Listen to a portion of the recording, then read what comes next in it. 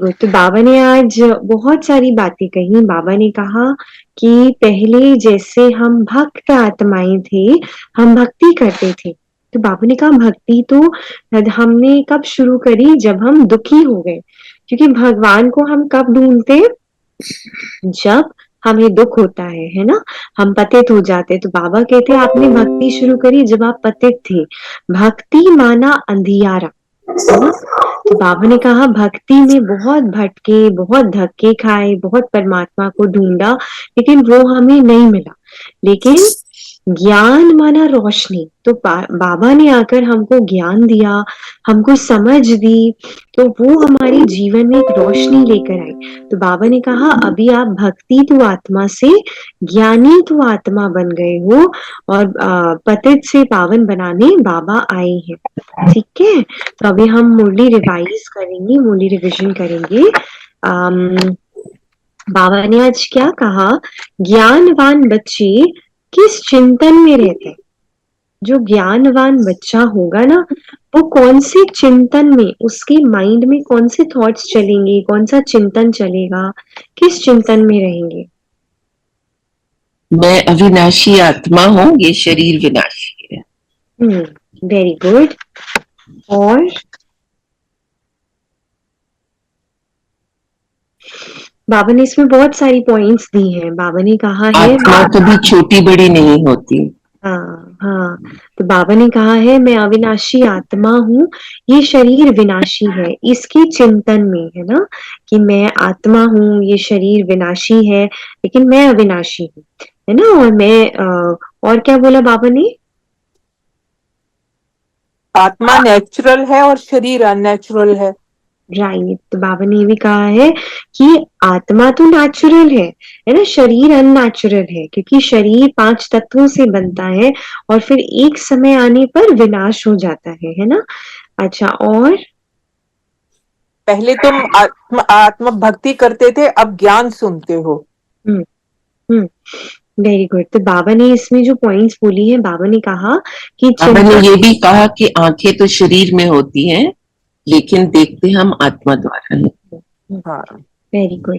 तो बाबा ने इसमें कहा है मैं अविनाशी आत्मा हूँ, शरीर विनाशी है ना। मैंने 84 शरीर धारण किए हैं, अब ये मेरा अंतिम। अंतिम जन्म हाँ है, हाँ। लास्ट। तो बाबा ने कहा कि अभी हमको ड्रामा पूरा होने के बाद वापस जाना है, तो ये अंतिम जन्म है। फिर बाबा ने कहा आत्मा शरीर जब लेती है तो छोटा शरीर होता है, फिर धीरे धीरे वो शरीर बड़ा होता है।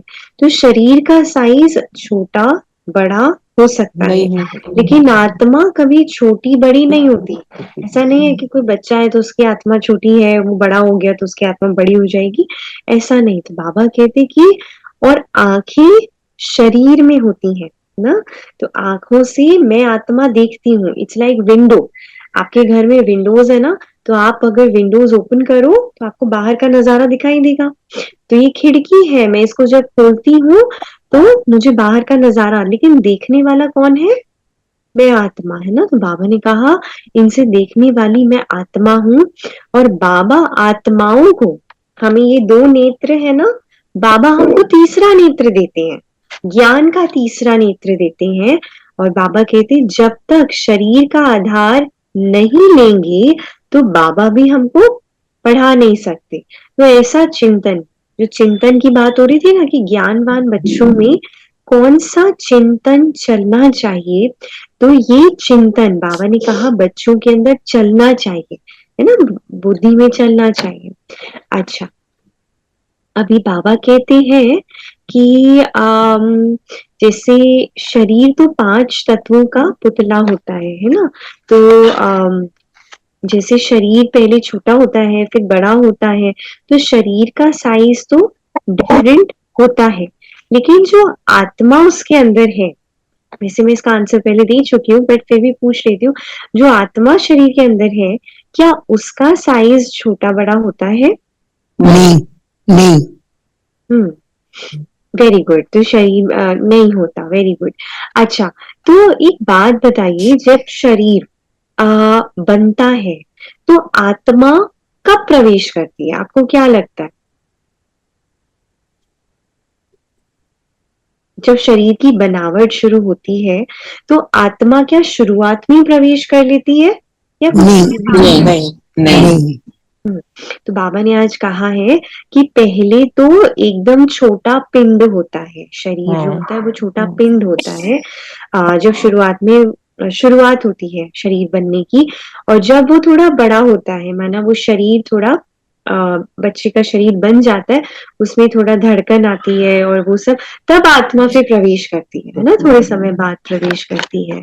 तो बाबा ने फिर आज ये भी कहा, बाबा कहते कि आत्मा हम अपने आप को समझते थे, है ना, जब हम द्वापर में आए, सतयुग त्रेता में तो हम अपने आप को आत्मा ही समझते थे। बाबा कहते द्वापर में भी आप अपने को आत्मा समझते थे, लेकिन फिर किसी ने बोला कि तुम आत्मा हो, है ना, तुम परमात्मा हो। तो बाबा कहते ये किसने बोला, किसने बताया आपको ये उल्टा ज्ञान? माना बाबा कहते अभी ये ज्ञान है ना, ये सारी सब लोग ऐसा मानते हैं ना कि आत्मा सो परमात्मा, आत्मा के अंदर ही परमात्मा बसा हुआ है ना।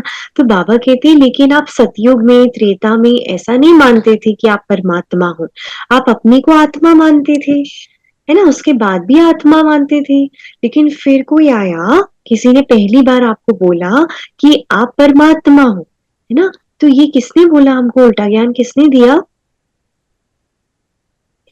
कोई ने। भक्ति मार्ग में ये मिला हमें। हाँ, तो बाबा ने कहा जब रावण की प्रवेशता हुई तब का भक्ति मार्ग में जो गुरु गुरु थे और जो शास्त्र थे, उन्होंने उन्होंने हमको क्या बोला कि आत्मा सो परमात्मा, आत्मा के अंदर ही परमात्मा है ना। तो हमें उन लोगों ने क्या बोला कि आत्मा के अंदर ही परमात्मा है, हमारे दिल में ही बैठा हुआ है। तो फिर बाबा कहते कि सतयुग में तो लेकिन ऐसा कोई नहीं बताएगा, क्योंकि वहां कोई गुरु भी नहीं होती, वहां भक्ति भी नहीं होती, वहां शास्त्र भी नहीं होते।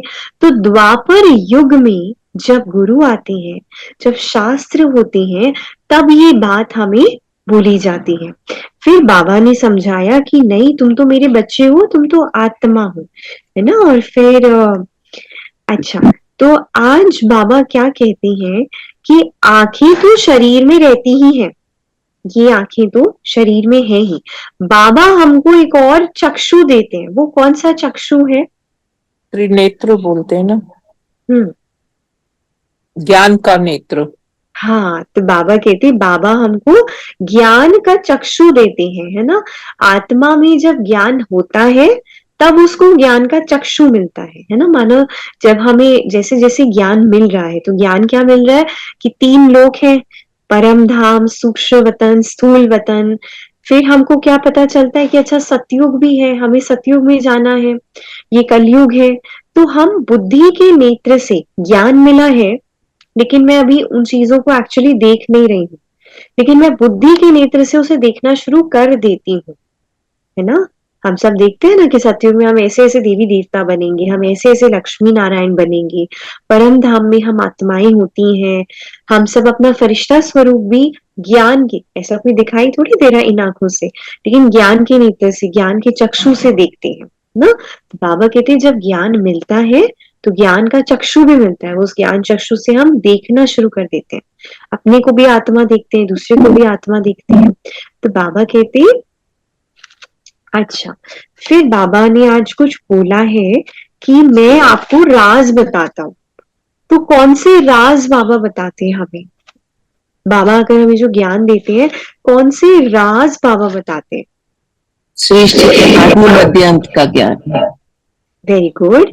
और आधा कल्प पवित्र है और आधा कल्प अपवित्र रहता है। भाप समझाते हैं मैं मालिक हूँ और बीज रूप हूँ। नहीं नहीं नहीं नहीं, बीज बीज चैतन्य ज्ञान का सागर हूँ, वेरी गुड चैतन्य वेरी का गुड। सागर हूँ। हाँ जी, नाटक का भी मुझ ज्ञान में देते पूरा हैं। ज्ञान है। हम्म।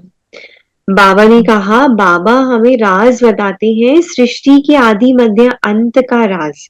हाँ जी, सारे नाटक, मतलब ये जो नाटक चल रहा है आधा पूरे कल्प का, सतयुग त्रेता द्वापर कलयुग, बाबा कहते हैं इस पूरे नाटक का मैं आपको राज बताता हूँ, है ना। पहले हम क्या सोचते थे कि मेरे साथ ऐसा क्यों हो रहा है, मेरा ही भाग्य ऐसा क्यों है। लेकिन बाबा आके हर चीज को स्पष्ट करते हैं, है ना।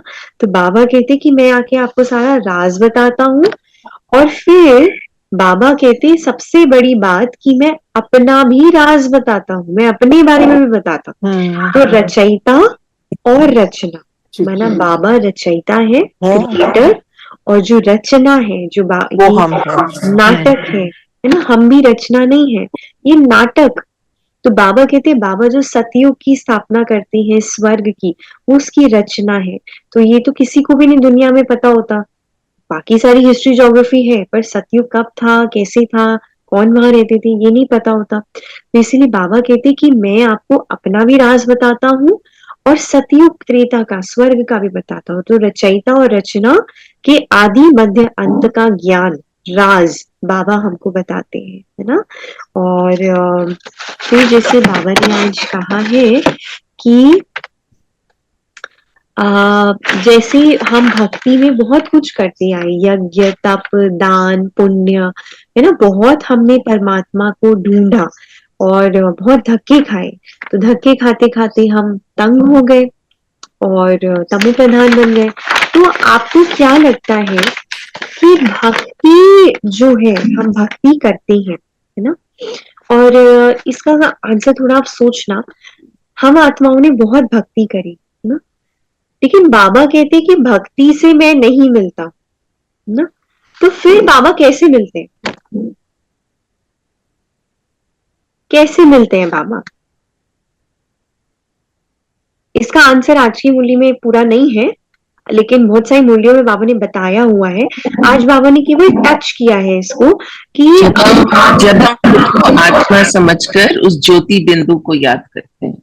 नहीं, वो तो आप अभी करते हो ना, क्योंकि आपको परिचय मिला। आपको जब तक परिचय नहीं मिला था, तब तक तो आप नहीं याद कर सकते थे। पर आप, मतलब बाबा ने हमको ढूंढा ना, बाबा ने हमको परिचय दिया, हम तो नहीं जानते थे, हम तो वही सब देवी देवताओं को और उनको याद करते थे।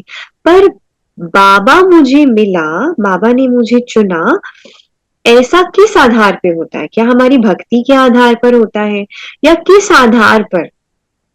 क्योंकि दुनिया में भी बहुत है जो भक्ति कर रहे हैं, पर हमें भगवान मिला है।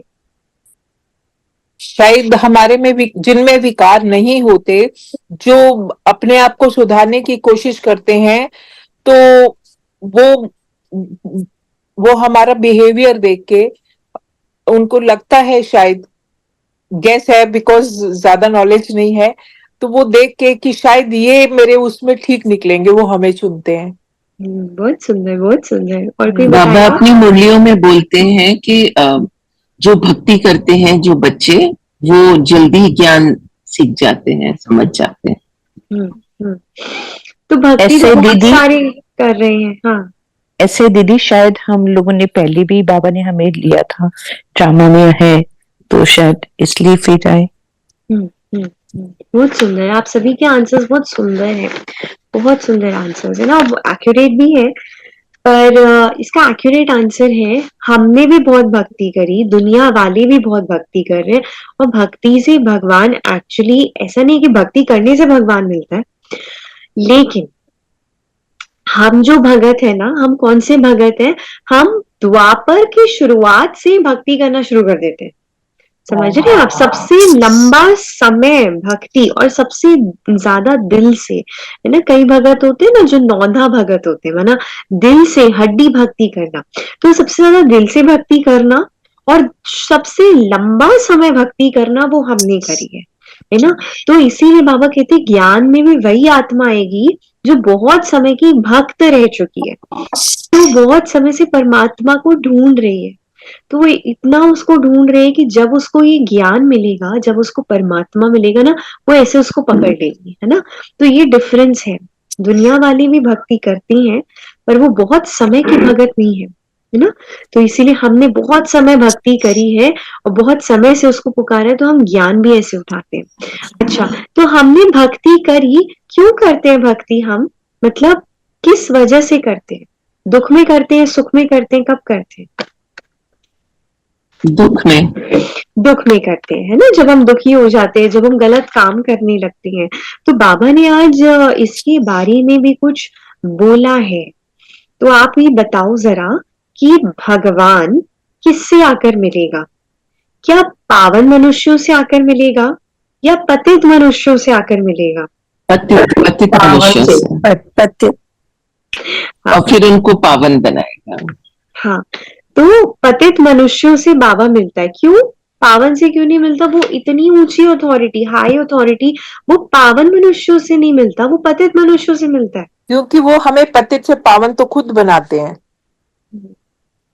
Very good, very good. तो बाबा ने कहा कि भगवान से पतित ही मिलते हैं, पतित ही भगवान से मिलते हैं पावन होने के लिए। क्यों? क्योंकि उसको हमें बदलकर पावन बनाना है। तो बाबा कहते पावन मनुष्य जो होते हैं, देवी देवता, उनसे भगवान नहीं मिलते। तो कितनी बड़ी बात है। बाबा कहते सतयुग में जो ये लक्ष्मी नारायण है, इनसे भगवान थोड़ी मिलते हैं, हमसे भगवान मिलते हैं ना। तो बाबा कहते कि आपको पावन बनाने के लिए मैं आपसे मिलता हूँ। भगवान आकर के तुम पतितों को पावन बनाते हैं और फिर हम ये शरीर छोड़ देते हैं ना। छोड़ देते हैं फिर। हाँ, तो बाबा कहते हैं कि पावन मनुष्य जो है वो इस तमो प्रधान पतित सृष्टि में नहीं रह सकते। अच्छा, अभी बाबा आते हैं हमको पावन बनाने, है ना? तो हमें पावन बनाकर फिर बाबा कहाँ चले जाते हैं? बाबा कहते हैं मैं गुम हो जाता हूँ। हाँ, गुम हो जाते हैं। पावन फिर बन के हम देवता बनते हैं और स्वर्ग में जाते हैं ना। हाँ, तो बाबा कहाँ जाते हैं? बाबा तो सतयुग में नहीं आते ना। बाबा कहाँ जाते हैं? परम धाम।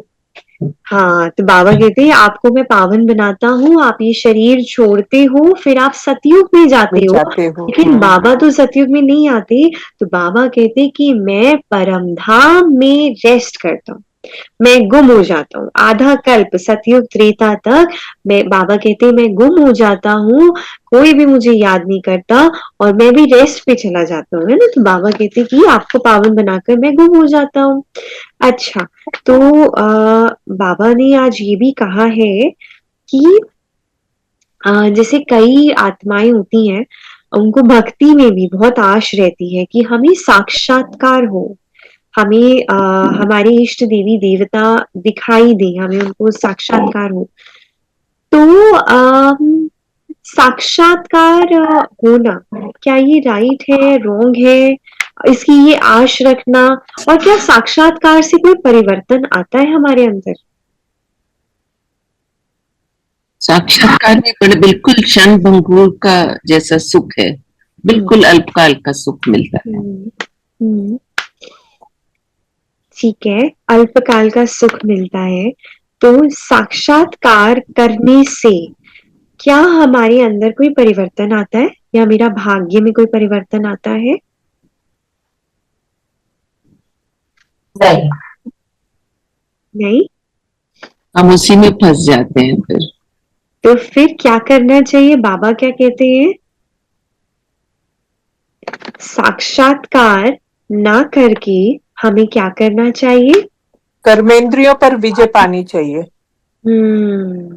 ये एक्चुअली मैं जो आपसे क्वेश्चंस पूछ रही हूँ ना, ये मुरली में इसके एग्जैक्ट आंसर्स नहीं है, लेकिन आपको थोड़ा सोचना पड़ेगा कि बाबा क्या कहते हैं इस हाँ। बारे में। तो देखो, बाबा ने कहा है कि साक्षात्कार हुआ फिर तो गुम हो जाएगा, है ना। साक्षात्कार मुझे अभी दिखाई दिया लक्ष्मी नारायण, फिर वो क्षण भंगुर में गुम हो जाएगा, लुप्त हो जाएगा, फिर तो नहीं दिखाई देगा। सेकंड की बात है, फिर बाबा ने कहा अल्पकाल क्षण भंगुर सुख की आश पूरी होती है ना। तो साक्षात्कार की चाहना थी, साक्षात्कार हुआ, लेकिन बाबा कहते मूल बात क्या है? मूल बात है पतित से पावन बनने की। ओके। तो साक्षात्कार से हम पतित से पावन तो नहीं बन जाएंगे। तो बाबा ने कहा, ये अब इसमें आंसर नहीं है, लेकिन बाबा हमेशा कहते हैं कि ध्यान की जगह ज्ञान। ध्यान माना साक्षात्कार में जाने की आशा रहती है ना बहुत बहुत लोगों को, तो हमें ज्ञान लेने की, ज्ञान को स्टडी करने की और उसे अपने जीवन में उतारने की, उसका शौक होना चाहिए, उसका इंटरेस्ट होना चाहिए, ना कि इसका कि मुझे साक्षात्कार हो, साक्षात्कार हो, साक्षात्कार, क्योंकि साक्षात्कार से कोई परिवर्तन नहीं आ रहा, है ना?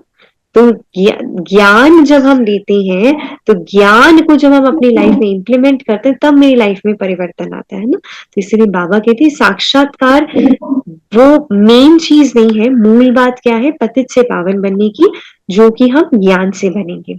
फिर बाबा ने आज ये भी कहा है कि चलो इजी सा पूछते हैं आपसे, ठीक है, अभी तक डिफिकल्ट हो गया। तो बाबा ने आज कहा है कि रावण आता है तो रावण अपने साथ में कुछ लेकर आता है, और बाबा आते हैं, राम आते हैं, तो वो भी अपने साथ कुछ लेकर आते हैं।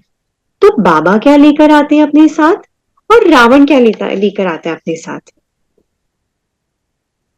बाबा वर्च्यूज लाते हैं और रावण वाइसेस लाते हैं। ठीक है। और आज की मुरली में बाबा ने कुछ कहा है इसके बारे में कि रावण बाबा के साथ ज्ञान आता है हम्म और रावण के साथ भक्ति आती वेरी गुड, वेरी गुड। तो बाबा कहते रावण जब आता है, रावण अपने साथ भक्ति लेकर आता है ना, मतलब रावण हमें भक्त बना देता है, पुजारी बना देता है। हम पूज्य थे, अब आप सोचो कितना डिफरेंस है कि एक पूज्य मूर्त है ना, आप पूज्य जो होते हैं वो सदा देते हैं, देवी देवता देते थे, तो रावण हमें भक्त बनाता है, और राम हमें क्या बनाते हैं, वो हमें फिर से पूज्य बनाते हैं। वो कहते हैं कि नहीं, आप मतलब रावण हमें पुजारी बनाता है, हम पूजा करने लगते हैं, हम मांगने लगते हैं। ये होता है ना, जाके हम मांगते हैं कि मेरी कर दो, मेरी आश पूरी कर दो। लेकिन बाबा आते हैं, राम आते हैं, और वो हमें क्या कहते हैं, आप दाता के बच्चे हो, आप मांगने वाले नहीं हो, आप देने वाले हो, है ना। वो हमें पूज्य बनाता है, वो हमें देवता बनाता है। तो बाबा आके ज्ञान लाते हैं अपने साथ, और रावण भक्ति लाता है ना। तो फिर आज बाबा ने ये भी कहा कि जैसे दुनिया में कहते हैं कि ईश्वर, सॉरी, तुम कहते हो कि ईश्वर सर्वव्यापी नहीं है ना, वह हम आत्माओं का बाप है, और दुनिया वाले क्या कहते हैं, ईश्वर सर्वव्यापी है। हाँ, और क्या कि कहते हैं, वो पत्थर ठिक्कर में है। तो बाबा कहते हैं कि दुनिया वाले कहते हैं कि परमात्मा पत्थर ठिक्कर में है ना। तो इसका बाबा ने क्या बोला कि परमात्मा पत्थर ठिक्कर में कैसे हो सकता है? अगर आपको उनको समझाना है तो आप कैसे समझाएंगे इस बात को, क्यों नहीं हो सकता वो पत्थर ठिक्कर? अगर परमात्मा ठिक्कर विक्कर में, तो इंसान गलत काम क्यों करता है? दूसरा, सब भगवान ना हो जाए अगर सब में भगवान की प्रवेशता है तो। बिल्कुल बिल्कुल। तो बाबा कहते हैं कि परमात्मा पत्थर ठिक्कर में इसीलिए नहीं हो सकता क्योंकि आप देखिए, अगर हम सब में परमात्मा है तो फिर हमारे कार्य, हमारा व्यवहार तो बहुत ऊंचा होना चाहिए, है ना। लेकिन हमारा व्यवहार, हमारी जो बोलचाल है आज कितनी डाउन हो गई है ना। तो इसीलिए बाबा कहते हैं क्या ऐसा होता है परमात्मा? परमात्मा लड़ाई करता है, परमात्मा झगड़ा करता है, परमात्मा गुस्सा करता है? ऐसे तो नहीं होता ना। और दूसरी बात कि परमात्मा को बोला गया कि ऊंचा तेरा नाम, ऊंचा तेरा धाम, ऊंचा तेरा काम, तो वो ऊंचे धाम में रहता है। वैसे भी अगर दुनिया में हम देखें कि कोई बहुत दुखी होता है तो वो क्या करता है, वो ऊपर की तरफ देखता है ना। तो इसीलिए बाबा कहते हैं कि बाबा ऊपर रहते हैं। और फिर गीता में भी लिखा गया, जब जब धर्म की अति ग्लानि होगी तब तब मैं आऊंगा। आऊंगा माना मैं यहाँ नहीं हूं, और मैं आऊंगा कहीं से धर्म की पुनः स्थापना करनी है ना। इसीलिए हम उनको ऐसे ही समझा सकते हैं। उसके बाद आज बाबा ने ये भी कहा कि पहले कहा जाता है देवता, फिर क्षत्रिय, वैश्य और शूद्र, है ना। तो बाबा ने कहा इसके बारे में दैवी गुणों वाले मनुष्य होते हैं, दैवी गुणों वाले मतलब दैवी गुण वाले भी मनुष्य ही हैं, और आसुरी गुण वाले भी मनुष्य ही हैं। इसके बारे में बाबा ने आज कहा है, एक धर्म गुरु ने भी कुछ चर्चा करी है कि जब मनुष्य पतित हो जाते हैं, छी हो जाते हैं, तो उनको कुछ मतलब एक शास्त्र में कुछ लिखा गया है, इजी कर देते हैं आपके लिए। तो बाबा ने कहा, गुरु नानक ने कहा है। गुरु नानक ने क्या कहा है? बाबा ने कहा इसके बारे में कि मनुष्य जब कलयुग में होते हैं तो आसुरी गुण वाले होते हैं। इसके बारे में गुरु ग्रंथ साहिब में भी गुरु नानक ने कुछ कहा है। क्या कहा है?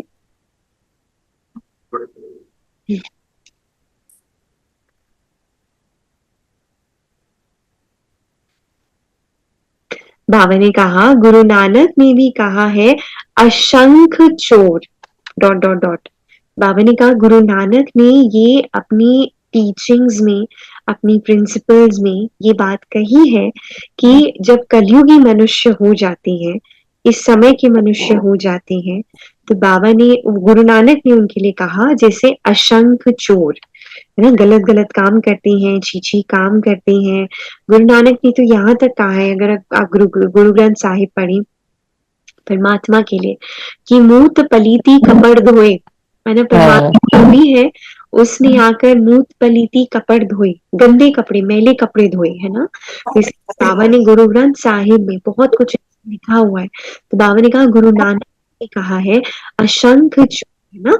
मनुष्य अगर कोई ऐसा कहेंगे तो झट कहेंगे कि तो आप तो हमें गाली देते हो।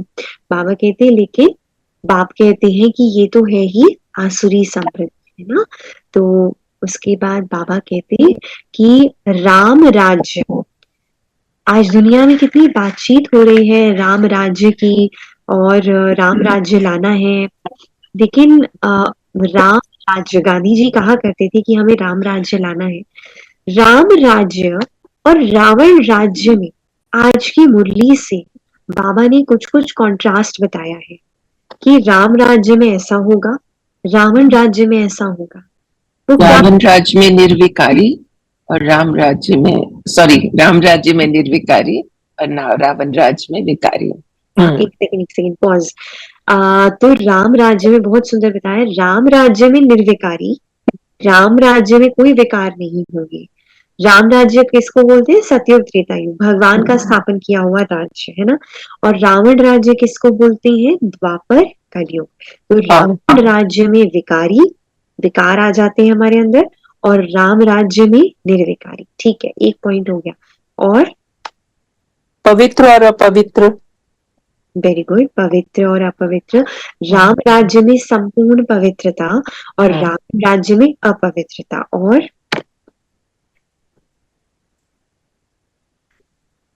क्या बोला बाबा ने?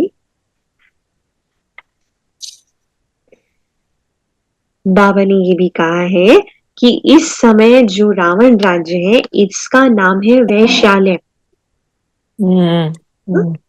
और कुछ अपवित्रता है, अपवित्र है ना। और राम राज्य को क्या कहेंगे? शिवालय, शिवालय, भगवान का स्थापन किया हुआ घर। Very good.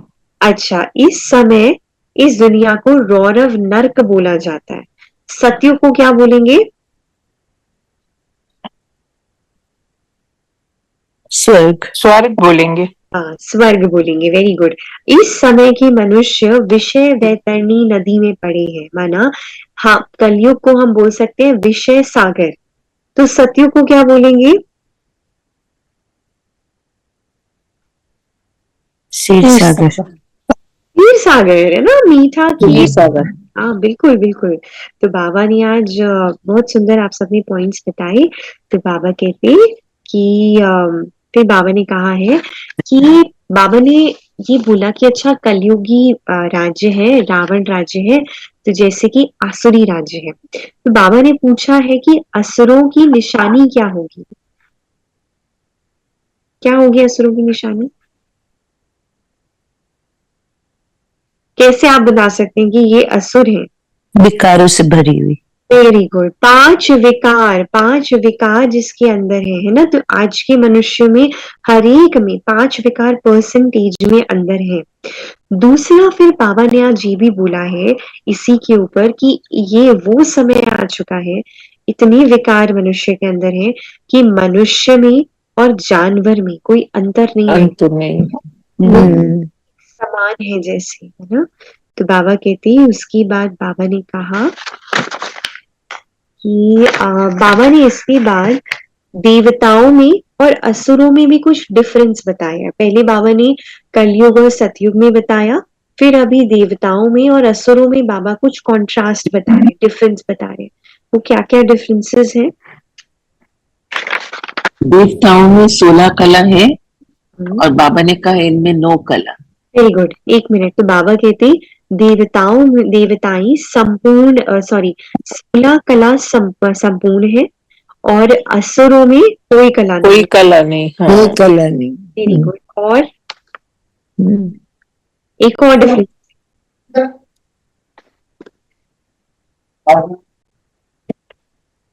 देवता संपूर्ण निर्विकारी है। Very good. तो बाबा कहते देवताएं संपूर्ण निर्विकारी और असुर जो है वो संपूर्ण विकारी। विकारी। बहुत, हाँ हाँ जी, बहुत सुंदर। लेकिन जो असुर है वो संपूर्ण विकारी है। बाबा ने आज ये बोला ना, संपूर्ण विकारी, माना कोई भी विकार ऐसा नहीं होता जो अंदर ना हो, है ना। और फिर देवताएं संपूर्ण निर्विकारी है। तो ये हमारे अंदर जो चेंज आता है वो कैसे आता है? समय पर आता है। और ये चेंज कैसे आता है? अगर आप आंसर नहीं करेंगे, हाँ जी, ये चेंज हमारे अंदर कैसे आता है? सिंपल है ना, बाबा आते हैं ना, बाबा आकर हमको चेंज करते हैं, हाँ। सबका परिवर्तन करती हैं।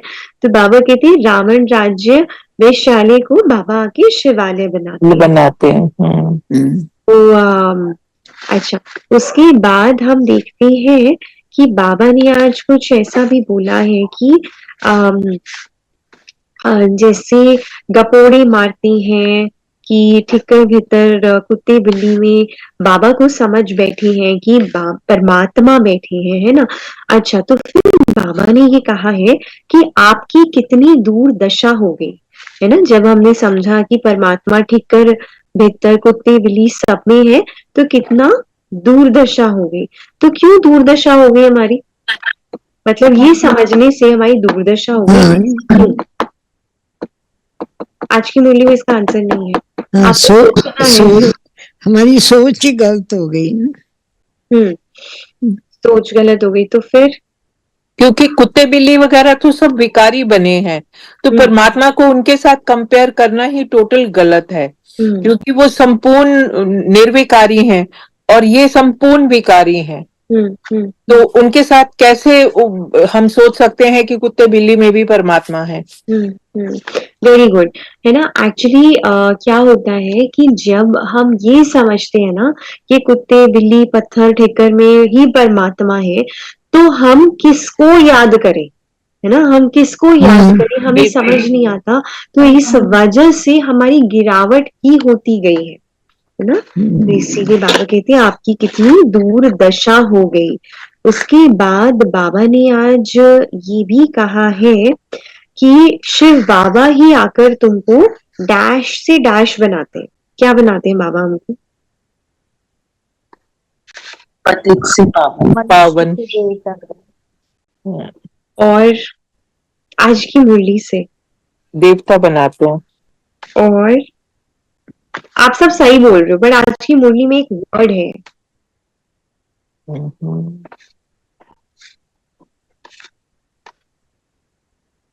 क्या वर्ड है?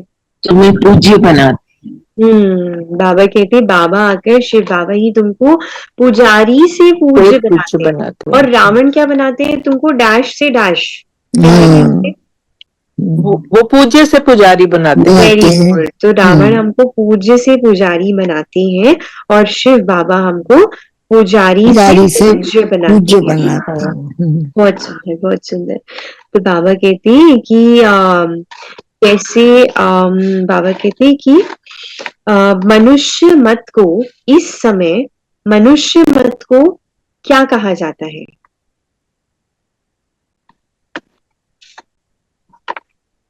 मनुष्य मत को क्या कहा जाता है? मनमत और पर्वत।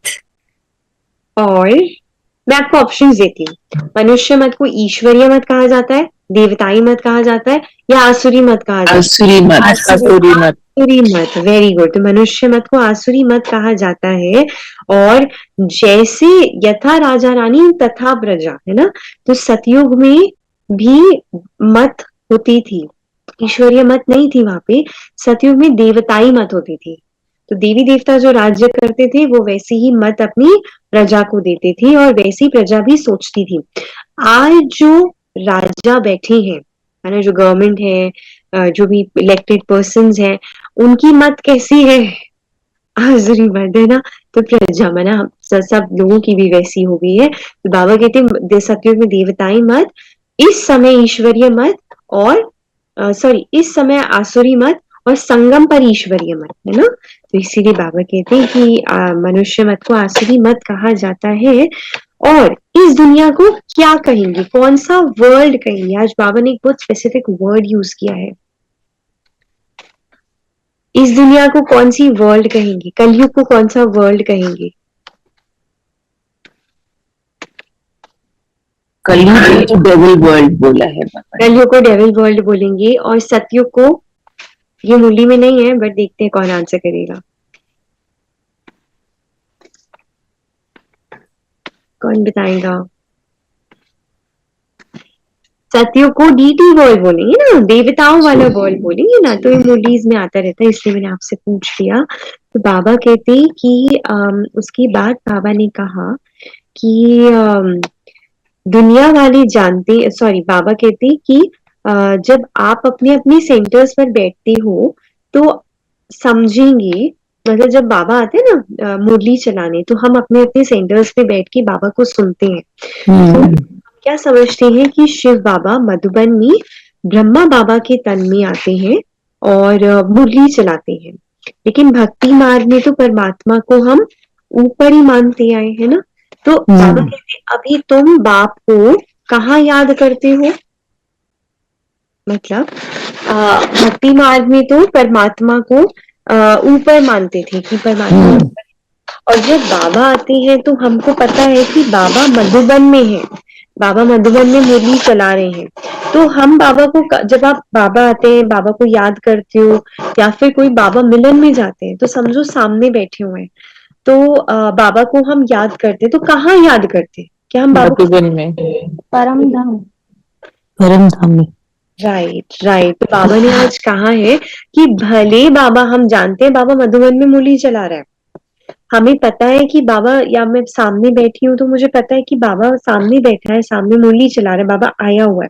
पर बाबा ने कहा है फिर भी आपको बाबा को परम धाम में याद करना है ना। क्योंकि परम धाम कभी खाली नहीं होता।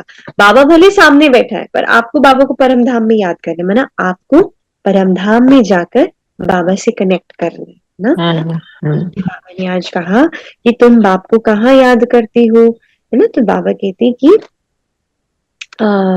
इसीलिए बाबा कहते कि यहाँ आया हुआ है पुरुषोत्तम संगम युग पर। तो बाबा कहते कि ठीक है। तो फिर बाबा कहते कि भले विलायत में होंगे तो कहेंगे ब्रह्मा के तन में शिव बाबा है। तो बाबा कहते बाबा को तन तो जरूर चाहिए ना। तो कई ऐसे होते हैं जो ब्रह्मा बाबा को नहीं मानते, है ना।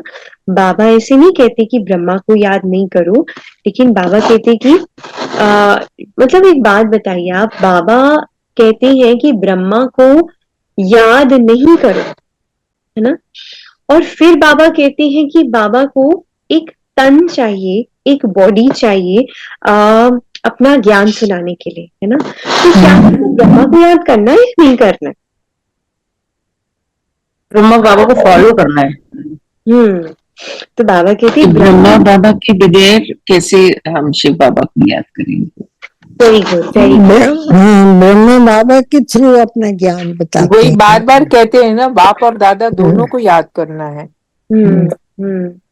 तो बाबा कहते दोनों को याद करना है और ब्रह्मा को तो खास फॉलो करना है ना। क्योंकि ब्रह्मा के बिना शिव बाबा से वर्षा हमें नहीं मिल सकता, है ना। इसलिए बाबा कहते बाप और दादा दोनों को आप याद करते हो। और फिर बाबा ने कहा कि बाबा बैठकर हमें सारे ब्रह्मांड का ज्ञान सुनाते हैं। और इसके बाद अम, बाबा ने आज ये भी कहा है कि हम असुर रहवासी, माना ये जैसे ये सृष्टि जो है ये क्या है, मेरा जो स्टेज होती है ना जहाँ पे हम एक्टर्स होते हैं, हम अपना पार्ट बजाने आते हैं, पर हम असुर रहवासी कहाँ के हैं? परम धाम के। परम धाम के। परम धाम। बाबा ने आज क्या क्या वर्ड्स बोली हैं? बाबा कहते हैं हम असुर रहवासी ब्रह्म महतत्व के हैं। जहाँ ब्रह्म महतत्व, छठा महतत्व है ना वहां पे, तो हम असल में उस घर में रहने वाले थे। हम असल में निर्वाण धाम, निर्वाण धाम में रहने वाले वान प्रस्थ थे। वान प्रस्थ का मीनिंग क्या होता है? वाणी से परे, है ना। दुनिया में क्या समझते हैं? वानप्रस्थ माना 60 वर्ष के हो गए तो वानप्रस्थ ले लिया। वानप्रस्थ का असली मतलब वाणी से परे, जो कि हम परम धाम में होते हैं। बाबा कहते उस समय हम वानप्रस्थ में थे, है ना। अच्छा, फिर बाबा ने आज ये भी कहा कि पुरानी दुनिया में कौन रहते हैं? असुर रहते हैं, देवता रहते हैं? असुर रहते हैं। और नई दुनिया में देवता। देवता। और फिर हमें असुर से देवता बनाने के लिए क्या करना होता है? बाबा आते हैं, है ना। और बाबा आकर हमसे पुरुषार्थ कराते हैं। अच्छा, मैं आपसे एक क्वेश्चन पूछती हूँ। हम सभी के अंदर कुछ ना कुछ विकार होंगे जब हम आए उस समय, है ना, जब हम शुरुआत में आए। सबके अंदर अलग अलग विकार होंगे। और हम सभी शुरुआत में जब आए तो एक जैसे थे। कल बाबा ने कहा था ना कि कोई भी पहले से पढ़कर नहीं आता। और हम सभी देवता बनने वाले हैं, लेकिन कोई ऊंचा पोस्ट पोजीशन पाएगा, कोई कम पाएगा। ऐसा क्यों? जब हम आए थे तब भी हम एक जैसे थे, पर फिर हम सब अलग अलग नंबर पाते हैं। वो ऐसा हमारे पुरुषार्थ के हिसाब से जो मिलेगा जितनी ना। मेहनत करेगा उतना ही मिलेगा। जो जितना पुरुषार्थ करेगा। पुरुषार्थ का अर्थ क्या है? माना क्या करना है हमें? बाबा की श्रीमत को फॉलो करना। बाबा की श्रीमत को फॉलो करना और देवी गुण धारण करना।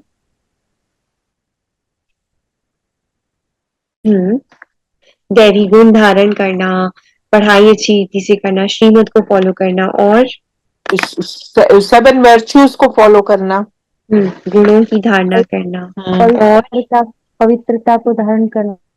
तन मन धन की पवित्रता। क्या होता है ना, अभी तक आपने सब कुछ कवर कर लिया, आप एक चीज तक नहीं पहुंचे। क्या होता है? 4 सब्जेक्ट्स होते हैं हमारे: ज्ञान, योग, धारणा, सेवा, है ना। शुरुआत में हम ज्ञान लेते हैं, तो आप में से बहुतों ने बोला कि ज्ञान लेना, पढ़ाई करना, वो फर्स्ट स्टेप है, वो फर्स्ट सब्जेक्ट है। शुरू में हमें कोर्स में क्या मिलता है? ज्ञान ही मिलता है। फिर हमें कोर्स के कुछ दिनों बाद योग करना सिखा दिया जाता है, तो हम याद करने लगते हैं बाबा को, है ना। तो योग भी करना, क्योंकि परमात्मा से शक्ति लेनी है, अपने पुराने विकर्म भस्म करने हैं। उसके बाद ज्ञान, योग के बाद धारणा, क्योंकि परमात्मा जो बोल रहे हैं, बाबा जो बोल रहे हैं, उसको अपने अंदर उतारने के लिए मुझे धारणा करनी पड़ेगी ना अपने अंदर। धारणा करने के लिए शक्ति चाहिए। तो ज्ञान लिया, योग से शक्ति मिली, फिर धारणा हो गई। ठीक है। लास्ट स्टेप है सेवा। सेवा ना, कि दूसरों को भी हम सेवा करें, दूसरों को भी हम आप समान बनाएं, समाचार दें, उनको भी हम बाबा से मिलाएं। तो जब सेवा करते हैं ना, तो हमारा भाग्य बहुत बहुत बहुत जमा होता है। तो जैसे बाबा ने कहा ना कि आपको बाबा असुर से देवता बनाते हैं, तो इसमें ही अंतर आ जाता है कि हमारे चारों सब्जेक्ट्स में हमारे नंबर कितने हैं। ज्ञान में नंबर ले लेते हैं, योग धारणा में भी नंबरबाज लेते हैं, सेवा में नंबर ऊपर नीचे होते हैं ना। तो हमें चारों में नंबर लेने। तो आज बाबा ने ये भी कहा है कि शिव जयंती पर जो आप सेवाएं करती हैं, प्रदर्शनी लगाती हैं, टॉपिक्स के बारे में बाबा ने कहा कि जब आप समझाएंगे तो आप एक्यूरेट समझाएंगे, और इस ज्ञान से ही ज्ञान से ही सब, ये ज्ञान ही सदगति का मार्ग है जो कि सबको हमको दिखाना है ना। अच्छा, उसके बाद आज बाबा ने अम, बाबा ने आज वरदान, कौन पढ़ेगा या कौन सुनाएगा? वरदान मैं पढ़ूं? हाँ जी, हाँ जी। हाँ जी। हर कर्म में विजय का अटल निश्चय और नशा रखने वाले अधिकारी आत्मा भव। Very good. हर कर्म में विजय का अटल निश्चय और नशा रखने वाली अधिकारी आत्मा भव, है ना? तो इसमें क्या बाबा ने एक्सप्लेन किया कि विजय हमारा जन्म सिद्ध अधिकार है। इस स्मृति से सदा उड़ते चलो, कुछ भी हो जाए ये स्मृति में लाओ कि मैं सदा विजयी हूँ। क्या भी हो जाए लेकिन यह निश्चय अटल हो, अपने को कभी भी हारा हुआ महसूस नहीं करना। यह विजयी आत्मा, भले जीवन में ऐसी कोई परिस्थिति आ जाए जब लगे कि नहीं सब उल्टा पुल्टा हो रहा है, लेकिन फिर भी निश्चय अटल हो कि मैं तो विजयी आत्मा हूँ। नशे का आधार है ही निश्चय, निश्चय कम तो नशा कम, इसीलिए कहते हैं निश्चय बुद्धि विजयंती, है ना। तो इसीलिए क्या कहते हैं, निश्चय बुद्धि विजय। निश्चय में कभी कभी वाली नहीं बनना कि कभी कभी तो बहुत अच्छा निश्चय है, कभी कभी नहीं है। अविनाशी बाप है तो अविनाशी प्राप्ति के अधिकारी बनो। हर कर्म में विजय का निश्चय और नशा हो। नशा। तो इसीलिए बाबा ने कहा अविनाशी बाप है तो अविनाशी प्राप्ति के अधिकारी बनो, हर कर्म में विजय का निश्चय और नशा हो। स्लोगन कौन पढ़ेगा आज का? स्लोगन है, बाप के स्नेह की छत्र छाया के नीचे रहो तो कोई भी विघ्न ठहर नहीं सकता। आपके स्नेह की छत्र छाया के अंदर रहेंगे तो कोई भी विघ्न ठहर नहीं सकता। Very good.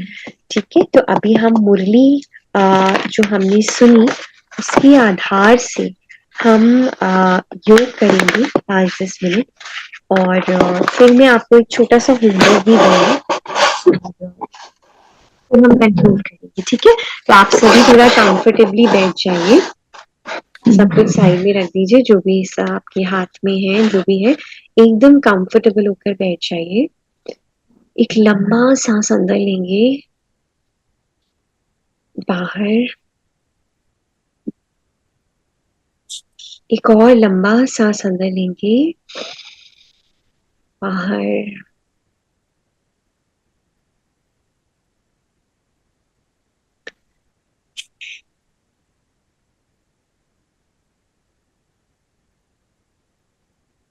मैं आत्मा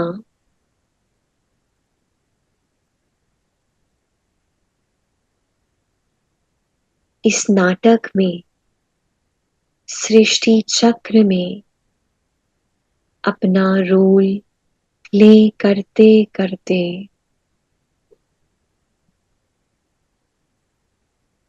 बिल्कुल काली बन गई थी।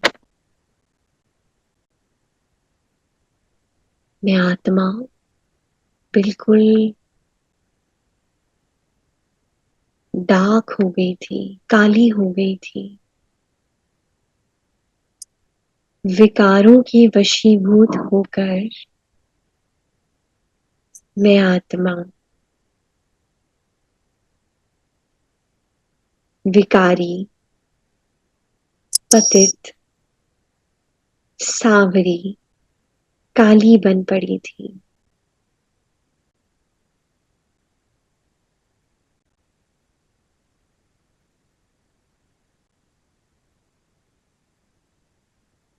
लेकिन चलते चलते मुझे बाबा मिले,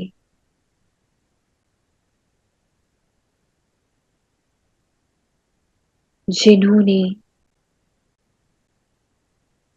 दुनिया के इस विषय सागर से, इस कलयुगी दुनिया से मुझे बाहर निकाला, मुझे अपनी छत्र छाया में समा लिया। विजुअलाइज करें ब्रह्मा बाबा और उनके शरीर में शिव बाबा और दोनों ही बाप दादा ने मुझे अपनी आंचल की गोद में समा लिया।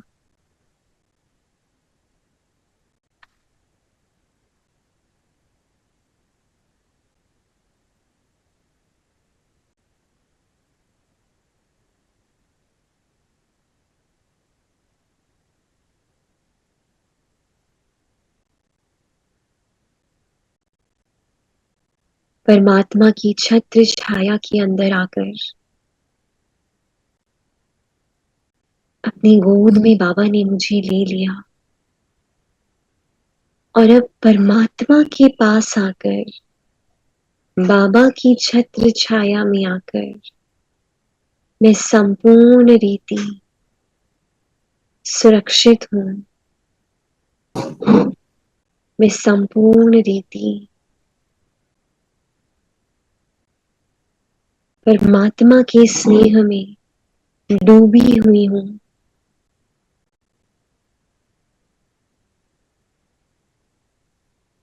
मुझ पर अनेक गुणों और शक्तियों की वर्षा हर पल हो रही है, जैसे कि इस सागर की लहरों में मैं समाई हुई हूं।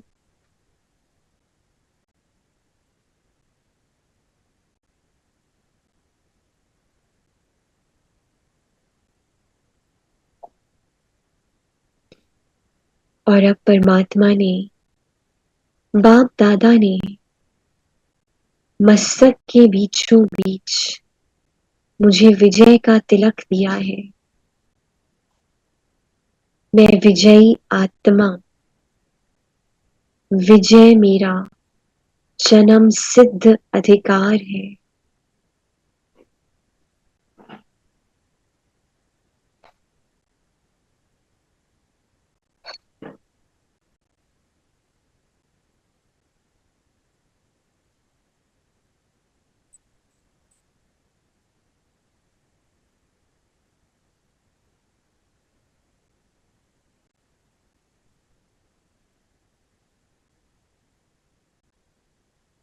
मैं विजयी आत्मा,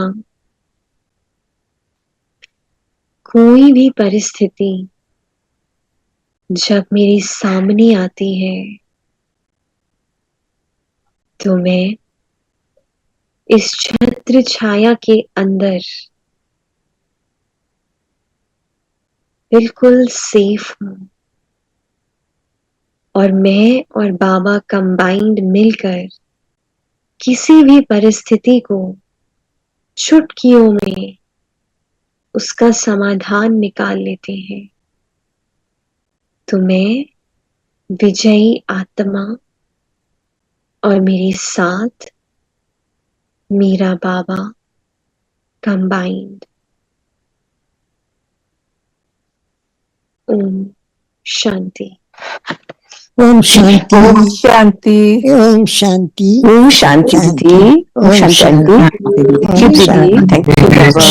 थैंक यू। आप सभी को एक छोटा सा होमवर्क है आज। ओम शांति। आप सभी जो आज का स्वमान है तो वो स्वमान में हम सभी रहेंगे। मैं विजयी आत्मा हूँ, है ना, या फिर विजय मेरा जन्म सिद्ध अधिकार है। तो ये स्वमान हम लेंगे, मैं विजयी आत्मा हूँ। तो इसको आपको 21 बार लिखना है, ठीक है। मैं विजयी आत्मा हूँ। या फिर ये भी लिख सकते हैं कि विजय मेरा जन्म सिद्ध अधिकार है। दूसरा, आपको आज क्या करना है, आपको एक ड्राइंग बनानी है, ठीक है। आपको ड्राइंग बनानी है। ड्राइंग में क्या करना है, आपको ब्रह्मा बाबा को ड्रॉ करना है। ब्रह्मा बाबा के शरीर में शिव बाबा यहाँ पे, ठीक है। तो ऐसे एग्जैक्टली मतलब ब्रह्मा बाबा तो आप नहीं ड्रॉ कर पाओगे, पर जैसे भी आप ड्रॉ कर सकते हैं वैसे करना। ब्रह्मा बाबा के शरीर में शिव बाबा, और बाप दादा से लाइट निकल रही है, जैसे अम्ब्रेला होता है ना, ऐसे लाइट निकल रही है सूरज की तरह। और ये लाइट के नीचे मैं बैठी हूँ। तो मैं बाबा की छत्र छाया के अंदर हूँ, ये आपको ड्रॉ करना है। और ड्राइंग के साथ साथ उस छत्र छाया के अंदर आपको लिखना है कि बाबा की छत्र छाया में, ये चिंतन के लिए भी है और आपको वो ड्राइंग में भी लिख सकते हैं, अलग से भी लिख सकते हैं कि बाबा की छत्र छाया में रहने से क्या होता है, क्या फायदा होता है, क्या होता है बाबा की छत्र छाया के अंदर जब रहते हैं और बाबा की छत्र छाया के बाहर जब हम निकलते हैं तब क्या होता है, क्या नुकसान होते हैं, है ना। जैसे बाबा की छत्र छाया के अंदर रहते हैं तो माया से सेफ रहते हैं, छत्र छाया के बाहर निकल जाते हैं तो माया अटैक करती है, वार करती है। तो ये आपको ड्राइंग भी करनी है, चिंतन आप अलग से भी लिख सकते हैं या वहीं पर भी लिख सकते हैं, ठीक है। और स्वमान भी 21 बार, मैं विजयी आत्मा हूँ, 21 बार लिखना है पर पूरे दिन इसकी स्मृति में रहना है, ठीक है। कल फिर जो भी आपकी क्लास लेंगे, रचना बहन या जो भी, तो आप शेयर करना अपना होमवर्क, ठीक है। ठीक है। ओके, ओम शांति।